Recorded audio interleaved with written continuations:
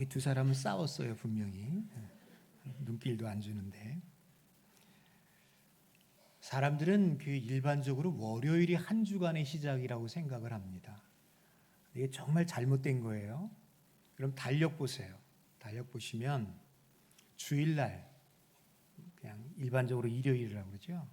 일요일이 딱 시작되어진 다음에 월, 화, 수, 목, 금, 토 이렇게 되어 있습니다. 우리에게 의미하는 바가 큰 것 같아요. 예배 드리고 한 주간을 살아라. 믿으시면 아멘. 예배의 성공이 인생의 성공 되기를 주님의 이름으로 축원합니다. 사는 거 별거 없어요, 여러분.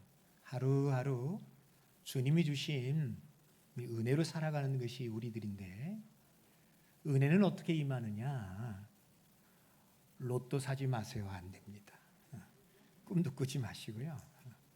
주의 은혜가 임해야 됩니다. 은혜로 사십시오. 은혜. 그 은혜가 언제 임하느냐? 예배를 통해서 하나님이 각 심령들 속에 은혜와 평강을 부어주실 줄로 믿습니다. 그래서 오늘 저는 이 시간이 여러분들에게 은혜 받는 시간이 됐으면 좋겠어요. 세상 그 어느 곳에서도 경험할 수 없고 맛볼 수 없었던 삶의 평안과 안식, 그리고 말씀을 통해서 내 심령을 때리는 뭉클함, 그 속에서의 어떤 도전과 결단, 이게 여러분 예배의 생명 아니겠어요? 예배에 성공할 길을 다시 한번 주님의 이름으로 축원합니다. 자, 우리는 창세기를 통해서 여러 믿음의 조상들의 족적을 지금까지 쫓아왔습니다. 이제 거의 막바지에 다다랐어요. 우리가 이제 마지막으로 살펴보게 되어지는 사람이 누군가 하니 요셉이죠.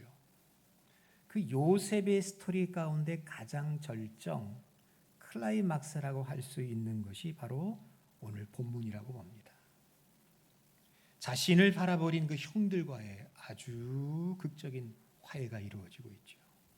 그리고 무엇보다도 요셉은 참 뭐라 할까요? 이해할 수 없고 용납할 수 없는 정말로 과거의 뼈아픈 상처와 고통을 가졌던 사람이에요. 근데 이제 그 수수께끼가 풀립니다. 하나님이 이래서 이랬구나. 이렇게 하시려고. 어떤 하나님의 섭리와 어려운 말이죠. 경륜을 깨닫게 되어지는 것을 봅니다. 오늘 자신을 죽이려고 했던 이 형들과의 아주 그 뜨거운 재회가 이루어질 수 있었던 것은 그 요셉의 마음 가운데 자리 잡고 있었던 사랑과 용서 때문이라고 봅니다. 여러분 누가 보아도요, 이 요셉의 형들은 결코 용서받을 수 없는 사람들이에요. 아무리 배다른 형제라고 해도 그 동생을 죽이려고 그 우물, 이 사막지 되는 우물을 파잖아요. 깊어요. 거기 사람 빈 우물에 던졌다. 이게 죽이겠다는 심사죠. 그 네 번째 형제 유다가 우리 손에 피 묻히지 말고 그냥 팔아버리자. 그래서 이 애굽의 노예로 팔려갔지. 정말 이 형제를 죽이려 했던 이 형들, 용서받을 수 없는 사람들 아닙니까? 그리고 얘네들이 얼마나 뻔뻔해요. 집에 돌아가가지고는 아버지한테 그 요셉의 옷에다가 염소피를 묻혀놓고서 아버지, 요셉이 짐승에게 잡혀 죽었어요. 이런 뻔뻔한 놈들이 어디 있어요? 버젓이 아버지를 속이고 있지 않습니까? 여러분, 이런 형들을 과연 요셉이 용서해야 하겠는가? 근데 본문의 말씀을 쭉 보면 요셉이 어떻게 합니까? 아무 조건 없이 용서해줘요. 지금 형들은 몰라서 그렇지 요셉은 애굽의 총리입니다. 그 앞에서 형들이 무릎을 꿇고 양식을 얻으러 왔어요. 지금 형들은 요셉이 총리가 되었다라는 것을 알게 되어지면 정말 목숨이 파리 목숨일 겁니다. 그저 형의 처분만을 바라고 있어야 할 그런 신세가 되어지고 말았어요. 그런데도 요셉은 형들에게 어떤 원한, 복수심 이런 게 하나도 없어요. 정말 그런 게 없어요. 그냥 형들을 용서해주고, 이게 지금 얼마 만에 만나는 거 아니? 13년 만에 만나는 거예요. 13년 만에 형제들을 만나서 얼싸안고 엉엉 우는 것을 봐요. 이 사람은 참 보통 사람이 아닌 것 같다. 여러분, 이런 요셉에게서 여러분들은 살짝 누가 보이시는 것 같아요? 누가 보이신다고요? 맞아요. 하나님이 보이시고 예수님이 보여요. 성경은 여러분 종종 그럴 때가 있어요. 어떤 인물을 통해서, 어떤 사건을 통해서 장차 오실 예수님에 대한 모형이라는 말을 쓰죠. 혹은 예표라고도 해요. 그런 것들이 슬쩍 하나님의 모습이, 우리가 하나님을 눈으로 볼 수 없으니까 예수님의 모습이 이런 모습이구나라는 것을 우리가 깨닫게 되어진다는 것이죠. 여러분, 하나님이요, 우리 한 사람 한 사람을 세워놓고서 그 죄악을 꼬치꼬치 캐물으시면서 책망하신다면 우리는 그 앞에서 숨도 쉬지 못할 거예요. 근데 성경은 하나님에 대해서 뭐라고 말씀하십니까? 미가서 7장 18절 19절 말씀 보니까 이렇게 이야기해요. 우리 주와 같은 신이 어디 있겠습니까? 주께서는 죄와 그 기업의 남은 자의 허물을 넘어가시나이다. 인애를 기뻐하시기에 노를 품지 아니하시고 우리를 다시 불쌍히 여기셔서 우리 죄악을 발로 밟으시고 우리 모든 죄를 깊은 바다에 던지시리이다. 믿으시면 아멘. 우리 죄악을요, 저 깊은 바다에 던지신대. 발로 밟아서. 무슨 뜻이에요? 기억하지 않겠다. 인천 앞바다에 가서 500원짜리 동전 하나 던지세요. 찾을 것 같아요? 못 찾아요. 그런 뜻이에요. 우리의 죄악을 그렇게 던져져서 기억하지도 않겠다. 무슨 뜻입니까? 다 용서해 주시겠다라는 뜻이죠. 그런데 저는요, 솔직히 요셉도 요셉이지만 솔직히 말씀드려서 이 창세기 44장부터 나오는 유다에 대해서 저는 더 깊은 감동을 받았습니다. 여러분, 결국 45장에 보면 오늘 본문이죠. 요셉이 숨겨왔던 자신의 신분을 다 형들한테 공개하면서 형들을 얼싸안고 엉엉 울게 되어진 그 가장 결정적인 이유가 어디에 있었느냐? 유다 때문이에요. 유다가 지금 요셉 옆에서 하는 말을 듣게 되어졌을 때 뭉클, 감동, 그게 온 거 아니겠어요? 여러분, 44장에 보면요, 요셉이 형들을 시험하기 위해서 형들에게 그 양식 주머니에다가 다 양식을 담아서 보내게 되어질 때 요셉이 일부러 자신의 은잔을 막내 동생 베냐민이 거기에 감춰서 보냅니다. 일부러 그런 거예요. 그리고 다시 그들을 잡아와 가지고 야, 내 은잔이 없어졌다. 아무래도 너희들이 누가 가져간 것 같다. 아하, 뒤져보니까 베냐민 동생 그 자료에서 은잔이 나온 거 아니겠어요? 요셉이 막 호통을 치면서 이야기합니다. 이놈들아, 도와주려고 양식을 줬더니 도둑질해가? 니들 다 돌아가도 좋은데 얘는 안 돼. 베냐민, 얘는 여기 남아서 종 노릇해야 돼. 여러분, 그럴 때 유다가 반응을 하는데, 그 유다의 반응의 내용이 여러분 44장 그 18절 이하에 나옵니다. 여러분, 거기 뭐라고 이야기합니까? 유다가 그에게 가까이 가서 말합니다. 총리님, 우리에게 아비가 있는데 그 아비가 노인이요, 이제는 많이 늙었습니다. 그 늙은 아비가 노년에 얻은 아들이 있는데 하나는 죽었고 남은 아들이 바로 이 아들입니다. 이 말째 아우가 우리와 함께 가지 않는다면 우리는 아비의 얼굴을 볼 수가 없습니다. 아비의 생명과 이 아이의 생명은 서로 결탁되어져 있습니다. 아비가 이 아이를 보지 못한다면 우리 아비는 죽을 것입니다. 그러니 제가 부탁드립니다. 33절에 뭐라고 이야기하죠? 주의 종으로 이 아이를 대신해서 제가 종이 될 터이니 제가 대신 종이 되겠습니다. 제가 죽어도 좋습니다. 그러니 제발 이 아이 베냐민만큼은 형제들과 함께 돌아가게 해주십시오. 아주 간청을 해요. 여기에 요셉이 무너져요. 뭘 느꼈을까요? 13년 전에 자기를 팔아버린 그 형들의 모습이 아니에요. 형들이 변했구나. 그 유다의 말 속에서 요셉이 진심을 본 거예요. 이 참 진심이구나. 여러분, 아까도 말씀드렸다시피 이 요셉이 지금 이 애굽의 노예로 팔려오게 되어지게 한 장본인이 누군고 하니 바로 이 사람 유다입니다. 야, 죽이지 말고 그냥 팔아버리자. 그래서 팔아서 지금 여기까지 온 거예요. 그랬던 유다가 이제는 동생 베냐민을 살리기 위해서 안 됩니다. 제가 대신 종되겠습니다. 제가 죽어도 좋습니다. 그러니 이 아이만큼은 제발 우리 아버지에게 돌려보내 주십시오. 간청하고 있는 것을 봅니다. 여러분, 유다가요 지금 요셉에게 하는 이 말이 진심이 아니라 어떤 체면치레 정도로 그냥 건성으로 하는 말이었다면 요셉이 듣고서 아예 안 돼 무슨 말 하는 거야, 말하지 마, 더 이상 이야기하지 마, 내가 얘 종으로 쓸 거야. 그러면 어쩌면 여러분, 건성으로 말하는 사람들, 그냥 체면치레로 말하는 사람들의 특징이 뭐죠? 뭐 할 수 없지. 그리고 물러나는 거예요. 에이, 내가 그렇게 얘기했는데도 저 사람이 안 들으니 어쩔 수 없이. 그럼 물러나는 거예요. 근데 유다는 그렇지 않았어요. 유다의 말을 잘 들어보십시오. 우리식으로 이야기한다면 그겁니다.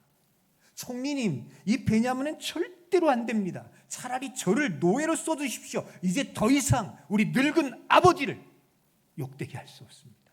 아버지에게 우리가 죄를 지을 수는 없습니다. 자신의 생명, 자기의 인생을 걸고서 베냐민을 살리려고 하는 유다를 보면서 요셉의 마음이 무너지는 거예요. 그럴 때 요셉이 45장으로 넘어가가지고 갑자기 엉엉 우는 겁니다. 더 이상 지금 자신의 신분을 속이고 요셉이라는 것을 숨기고 총리 행세해왔던 그것을 더 이상 연극을 할 수 없습니다. 옆에서 시중 들던 사람들 다 물러가게 하고 형들 앞에서 내가 형님 요셉이에요, 형들이 팔았던 요셉이에요, 신분을 밝히고 형들을 얼싸안고서 엉엉 우는 광경이 여기 1, 2절에 나오고 있잖아요. 얼마나 울었던지 여러분 1절의 말씀 보니까 그렇게 이야기합니다. 그 정을 억제하지 못하여 소리 높여 우는데 2절 보니까 방송대곡했다. 여러분, 방송대곡이 뭔지 아시죠? 소리 높여 그냥 우는 거예요. 대성통곡이랑은 조금 차원이 다른데 큰 소리로 여러분 우는 겁니다. 얼마나 크게 울었던지 이렇게 얘기합니다. 애굽 사람들이 다 들었고 바로의 궁중에도 그 소리가 들렸더라. 요셉이 무너졌어요. 유다의 진심에, 그 유다의 충정 앞에, 아버지를 생각하는 유다의 효심 앞에, 사랑 앞에 요셉의 마음이 무너진 거예요. 여러분, 이것이 인격을 가지고 있는 사람이 갖고 있는 힘이 아니고 뭐겠어요? 여러분, 짐승은 인격이 없기 때문에 짐승을 움직이고 무너뜨리게 하는 것은 좋은 먹이 주면은 여러분 웬만하면 다 됩니다. 뭐 저는 뭐 이렇게 그 고양이든지 개든지 별로 그렇게 좋아하는 스타일이 아니에요. 근데 제가 얘기했죠. 우리 집 그 W관 그쪽에 고양이가 한 3마리가 거의 이렇게 다니고 있어요. 근데 꼭 내가 지나갈 때면 항상 이러고 있어요. 이러고 딱. 뭘 좀 주길 바라는 거예요. 근데 난 안 줘요. 안 주기는 커요. 나는 혼내걸라. 거기서 자꾸 똥 싸니까 쫓아버리는 걸라. 근데 내가 예를 들어서 뭐 이렇게 먹이를 준다고 하십시오. 되게 좋아할 것 같아요. 짐승은 인격이 없기 때문에 먹을 것, 좋은 거 주면 금방 넘어올 것 같아요. 근데 여러분, 사람은 아니에요. 사람의 마음을 움직일 수 있는 것은 돈도 아니에요. 어떤 권력도 아니에요. 돈으로 권력으로 눌러서 잠깐은 따라올 수 있겠지. 근데 여러분, 그게 진심이 아니었기 때문에 그 사람도 진심으로 충성하지 않는다는 거 아시죠? 여러분, 사람이 언제 움직이는지 아세요? 진심이 보일 때예요. 진심이 느껴질 때. 정말 송구합니다. 제가 월요일 날 병원에 들어갔다가 이제 금요일 날 나왔어요. 제가 이 부정맥이 심해가지고 아마 6월 말에 시술을 하기 전까지는 이게 시소 타듯이 좀 그럴 것 같아요. 그냥 좀 봐주세요, 그때까지만. 어떤 날 좋았다가 어떤 날 나빴다, 이런 게 이제 반복적으로 나타날 것 같아요. 제가 저 작전동에 있는 세종병원에 이제 입원을 했는데 하필 제 옆에 있는 분이 아주 중환자였어요. 그때는 몰랐는데 나중에 한 이틀 지난 다음에 보니까 폐암 4기 환자더라고요. 아마 이번 주일 지나고서 의사랑 이야기하는 거 들었는데 이제는 병원에서도 할 일이 없다고 주일 지나고서 다른 데로 가라고 그렇게 이야기하는 걸 들었어요. 근데 그 부인이 있잖아요. 부인이 정말 생명의 그 끈이 아주 다 말라가는 그 자기 남편에게 하는 모습을 보면서 제가 큰 감동을 받았어요. 요즘 이게 병실들이 다 한 방에 뭐 4병씩 이렇게 돼 있는데 커튼으로 다 이렇게 막아놨잖아요. 그러니까 직접 볼 수는 없어요. 근데 그 소리는 다 들리잖아요. 저녁 때입니다. 부인이 밥을 먹이는데 침대를 세워요. 여보 일어나. 심도 아무것도 없어요. 대답도 못 하시는 분 같아요. 일어나. 응? 자, 먹어. 미우야, 죽이야. 입 벌려. 아이 벌려. 벌려. 아이 그만해 나 못해. 아니야 안 돼. 먹을 때까지 할 거야. 눈 떠. 마누라 봐. 눈 떠. 남편이 맥이 없이 그만해. 응?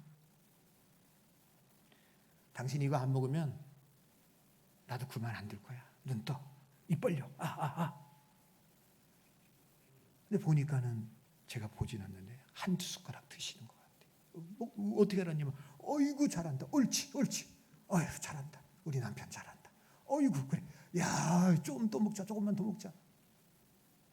그래가지고 한 반 공기 정도는 다 드시게끔 한 것 같아요. 얼르고 달르고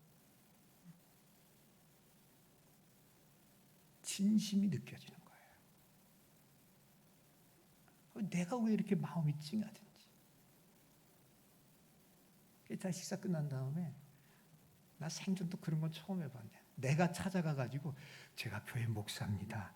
제가 기도 좀 해드릴게요. 그 마음이 절로 나오는 거예요. 그 마음이 진짜 절로 나오더라고요. 그래서 제가 가서요. 그분이 말귀를 알아듣는지 뭐라 그러는지. 아주머니 교회 다니시나요? 옛날에 다니다가 안 다닌데 제가 교회 목사인데 남편분 위해서 기도해드리고 싶은 생각이 드네요. 또 이름이 또 최씨야 최독수 68세. 제가 손을 꼭 붙잡고 내가 처음 보는 분이에요. 생명분이 처음 보는 사람이에요. 근데 내 눈에서 그렇게 눈물이 나오는 거예요. 난 원래 좀 눈물이 많은데 펑펑 쏟으면서 내가 기도를 해줬어요. 하나님 이 생명을 불쌍히 여겨달라고 도와달라고. 제가 왜 그렇게 됐는지 아십니까? 진심이 느껴졌어요. 남편을 이미 의학적으로 포기입니다. 그러니 나가라고 그러겠죠. 그런데도 어떻게 하든지 하루라도 조금이라도 더 살리고 싶어하는 그 간절함, 그 진심이 여러분 남편도 아니까 입 벌리는 거 아니겠어요? 지켜보던 저도 그게 견딜 수 없는 감동으로 오는 거예요.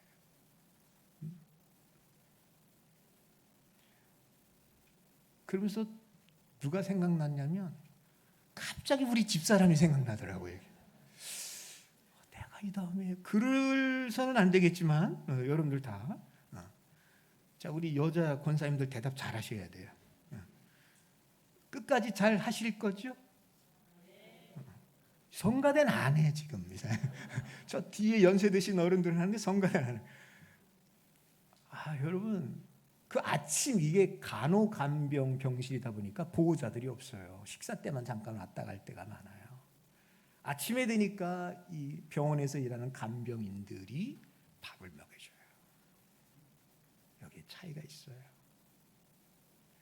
간병인이 잘못했다는 거 아닙니다. 나름대로 열심히 드시게끔 하려고 하더라고요. 그런데 그 부인과는 너무나도 차이가 있어요. 부인은 어떻게 해요? 어떻게 하든지 그 아무것도 아닐 수도 있지만 부질없는 짓일 수도 있지만 그 한 숟가락 떠먹이려고 애달르듯이 타르기도 하고 윽박지르기도 하고 그렇게 해서라도 살려내고 싶은 간절함이 보였어요. 간병인은 어떻게 하는지 알아요? 아유, 드세요. 이거 빨리 들어야 돼요. 식기 전에 입 벌리세요. 아유, 오늘도 안 드시네. 큰일 났네. 어떡하면 좋아? 그리고 조금 있다 나가요. 여러분, 사람의 마음을 움직이는 게 뭔지 아십니까? 진심이에요. 진심. 사람의 마음을 움직이는 게 진심이에요. 우리는 사람들을 감동시키길 원할 때가 있어요. 야, 저 사람이 좀 내 말 좀 들었으면 좋겠다. 나와 좀 같은 길을 갔으면 좋겠다. 근데 그게 잘 안 됩니다. 솔직히 보니까 정말 안 됩니다. 논리가 없어서 안 되는 것도 아니고 어떤 이유가 부당해서 안 되는 것도 아닌 듯해요. 딱 생각해 보니까 이유는 하나예요. 감동이 없어요. 내가 감동을 줘야 되는데 감동이 없어요. 정말 내가 다른 사람을 진심으로 사랑하고 내가 생명을 걸면서까지 내가 그를 사랑해 본다면 어떻게 그 마음이 여러분 움직이지 않을 수 있겠어요? 여러분, 우리 한번 하나님 앞에서도 한번 바꿔서 얘기해 봅시다. 정말 진심으로 하나님 앞에 기도해 보셨어요? 생명 걸고 언제 해보셨어요? 언제? 진심으로. 내 영혼을 다 해서 조국과 한국교회와 우리 천산교회 가족들은 하더라고 보니까 가족을 위해서. 근데 우리 정말 교회를 위해서 목숨 걸고 진심으로 기도해 보셨냐고요? 언제 해보셨어요? 이거는 이래서 안 되고 이래서 힘들고 밑줄 칠 줄만 알았지 정말 진심으로 기도해 보셨어요.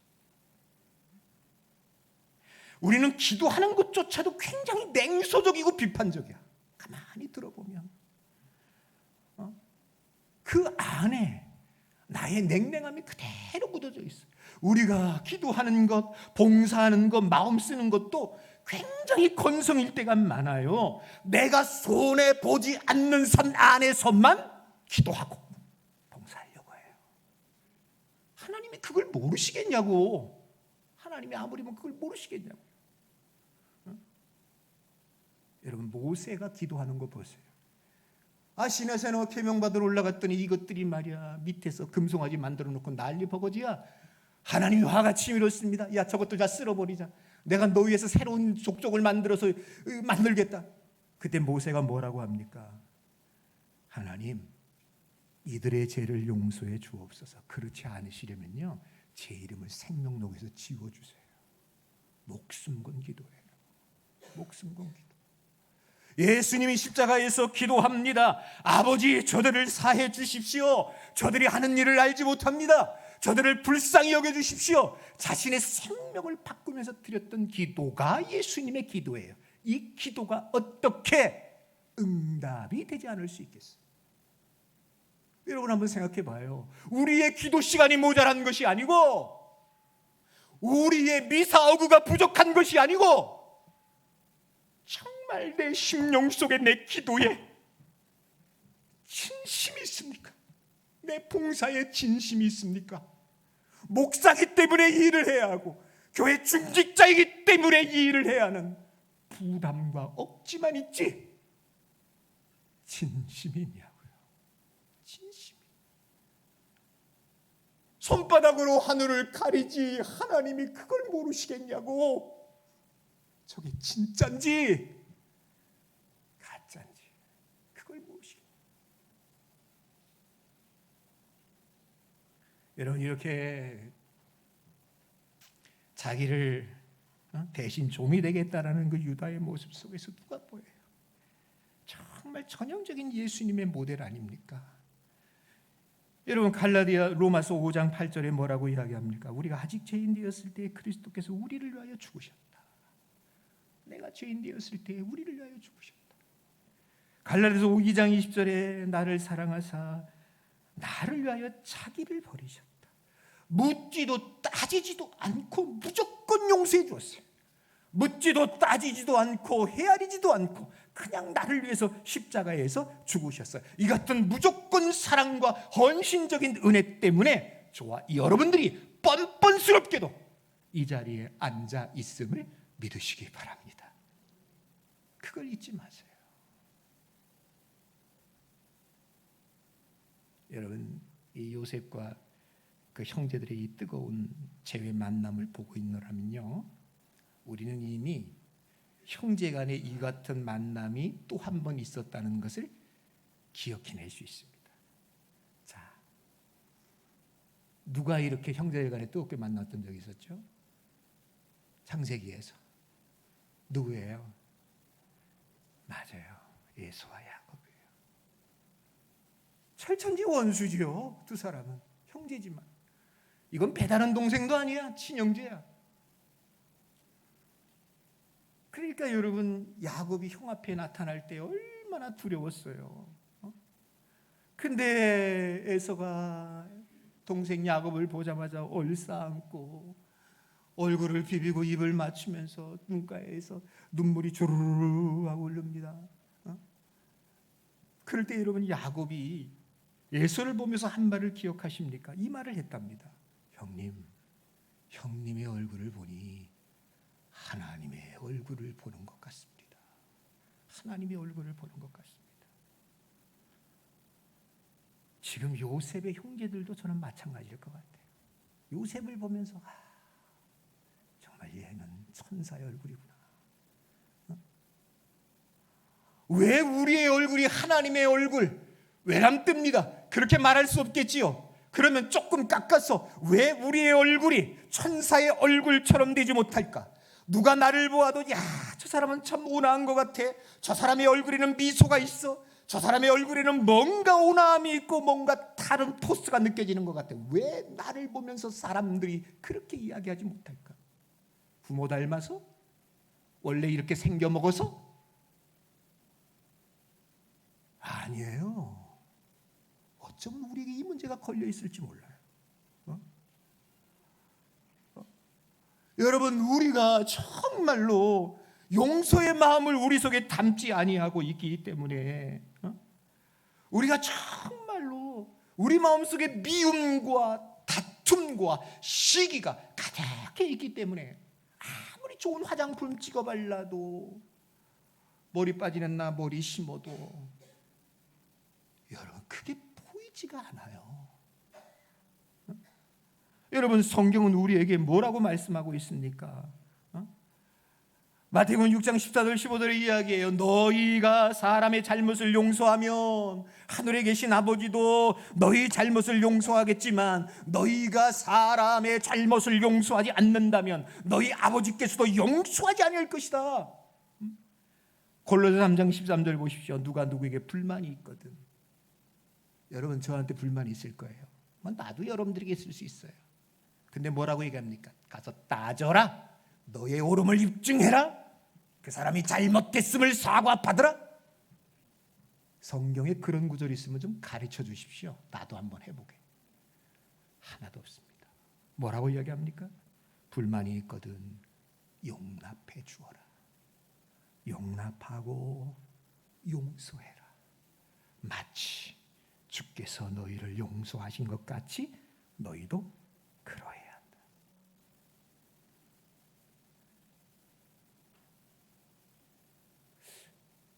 우리 교회는 아닌데 저쪽 교회입니다.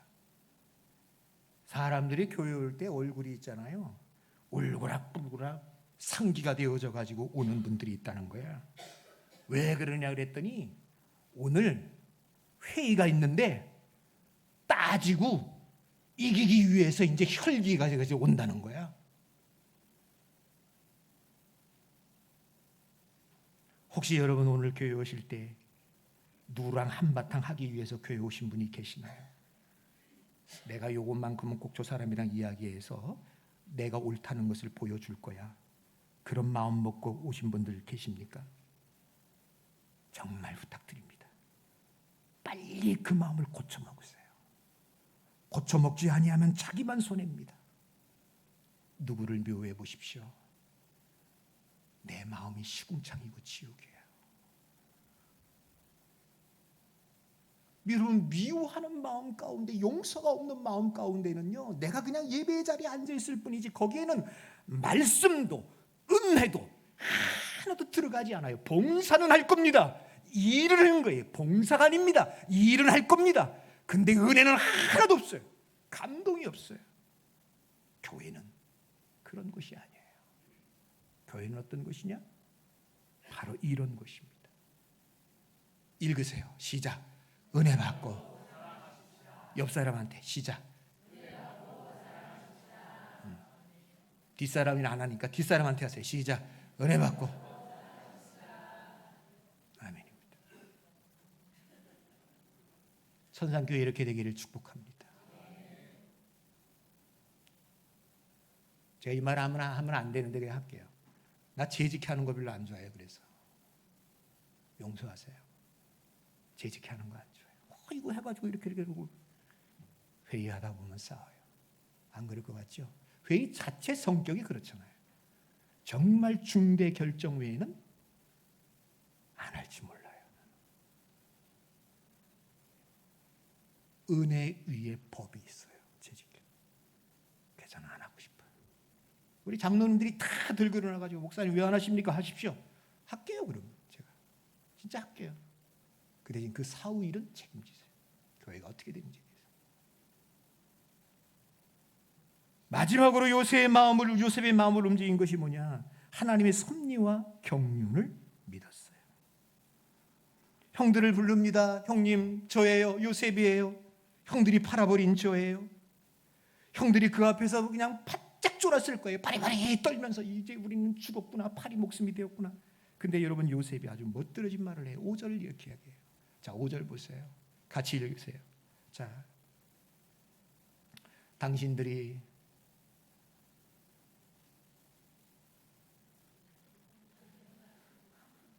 방송일도 약간 은혜가 떨어질 때가 있습니다. 자, 5절 읽으세요. 시작. 당신들이 나를 이곳에 팔았다고 해서 근심하지 마소서. 한탄하지 마소서. 하나님이 생명을 구원하시려고 나를 당신보다 먼저 보내셨나이다. 할렐루야. 형들이 요셉을 판 것은 사실입니다. 근데 요셉은요, 형들이 나를 여기 팔았어요. 이 사실만 이야기한 것이 아니라 해석이 달라요. 이게 중요해요, 여러분.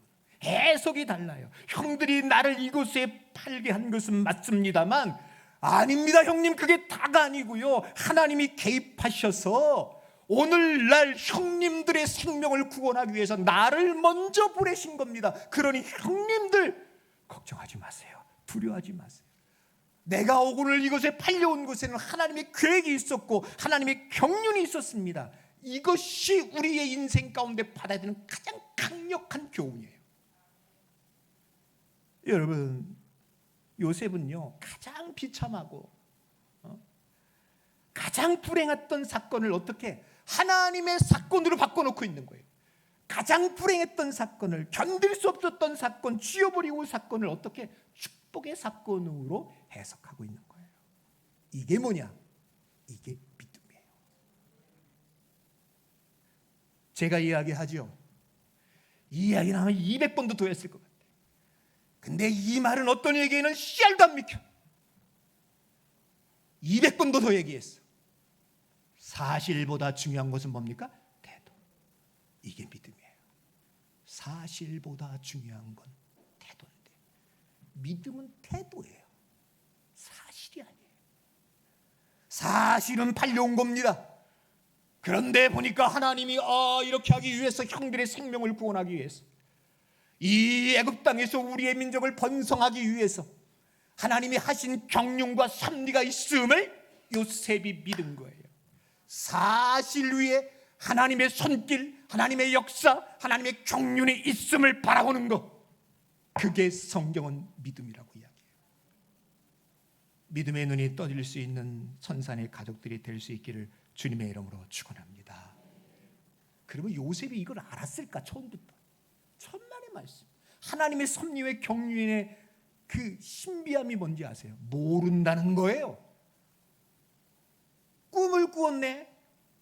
하도 궁금하니까 아버지한테, 형들한테 얘기하는 거예요. 아버지, 형님들 볕단이 저한테 저래요. 해달 별들이 다 저한테 이래. 옛기는 이런 경망스럽게 건방지게 어디 형들이 너한테 저란다고 그래. 근데 오늘 딱 이걸 한 거예요. 요셉도 몰랐어요. 도대체 그게 무슨 의미인지 무슨 뜻인지. 근데 오늘 알게 된 거예요. 아, 이 뜻이었구나. 형님들이 내 앞에서 무릎 꿇는 게 바로 이거였구나. 여러분, 요셉이 그때 깨닫는 거예요. 하나님이 나를 어떻게 인도할지, 왜 나에게 질병을 주고, 왜 나에게 고통을 주고, 왜 우리 교회 가운데 하나님께서 여전히 하나 되게 못하는 이 일들을 만들어 놓는지에 대해서 나는 몰라요. 나는 답답해요. 물어도 하나님은 대답하지 않아요. 근데 여러분, 하나님이 저에게 가르쳐 주지 않아도 제가 하는 일은 분명한 게 하나 있어요. 이건 있어요. 뭡니까? 믿고 순종하겠다.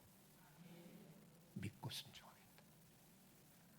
믿고 순종하는 성도들이 되기를 주님의 이름으로 간절히 축원합니다. 두려워하지 마세요. 걱정도 좀 하지 마세요.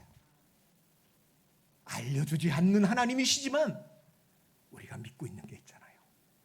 하나님은 역사의 주관자이십니다. 그분은 나의 아버지이시기에 모든 것들을 합력하여 마침내 선을 이루어 주실 줄로 믿습니다. 그 믿음이 있으십니까? 그 믿음이 있으십니까? 그 믿음이 있으시면 아멘 하세요. 믿고 가세요. 흔들리지 말고 가세요. 주변이 흔들어 놓아도 흔들리지 말고 그 길을 가세요. 그 다음엔 하나님이 책임져 주실 겁니다. 이 믿음으로 서 있는 선산교회가 될 수 있기를 주님의 이름으로 간절히 축원합니다. 자, 우리 찬양합시다. 하나님은 실수하지 않으신답니다. 하나님은 실수하지 않으셔요. 함께 찬양합시다.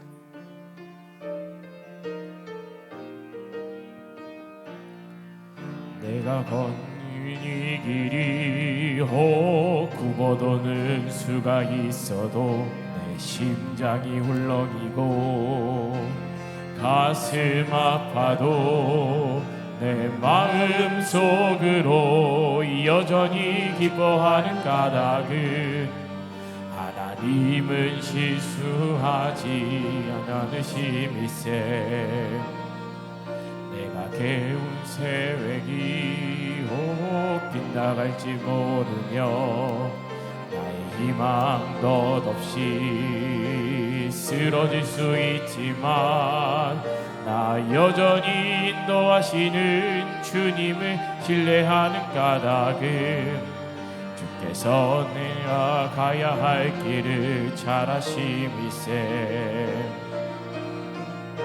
밤 어둠이 깊어 날이 다시는 밝지 않을 것 같아 보여도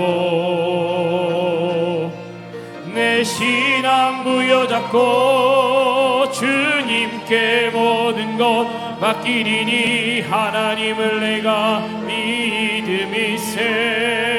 믿음일세. 지금은 내가 볼 수 없는 건 너무 많아서 너무 멀리 가물가물 어른거려도 운명이여라 나 두려워 아니하리. 만사를 주님께 내어 맡기리. 차츰차츰 안개는 걷히고 하나님 지으신 빛이 뚜렷이 보이리라. 가는 길이 온통 어둡게만 보여도 하나님은 실수하지 않으신다네. 지금은 내가 볼 수 없는 건 너무 많아서 너무 멀리 가물가물 어른거려도 운명이여라 나 두려워 아니하리. 만사를 주님께 내어 맡기니 차츰차츰 안개는 걷히고 하나님 지으신 빛이 뚜렷이 보이리라. 가는 길이 온통 어둡게만 보여도 하나님은 실수하지 않으신다네. 하나님은 실수하지 않으신다네. 하나님 맞습니다. 잘 몰라도 보이지 않아도 하나님의 경륜과 섭리 살아계심을 믿고 있다면 그냥 믿고 순종하며 가는 우리들이 되게 하여 주시옵소서. 믿음 없는 나를 탓하지 누구를 탓하겠습니까? 하나님 아버지, 지금도 하나님은 살아계신 줄로 믿습니다.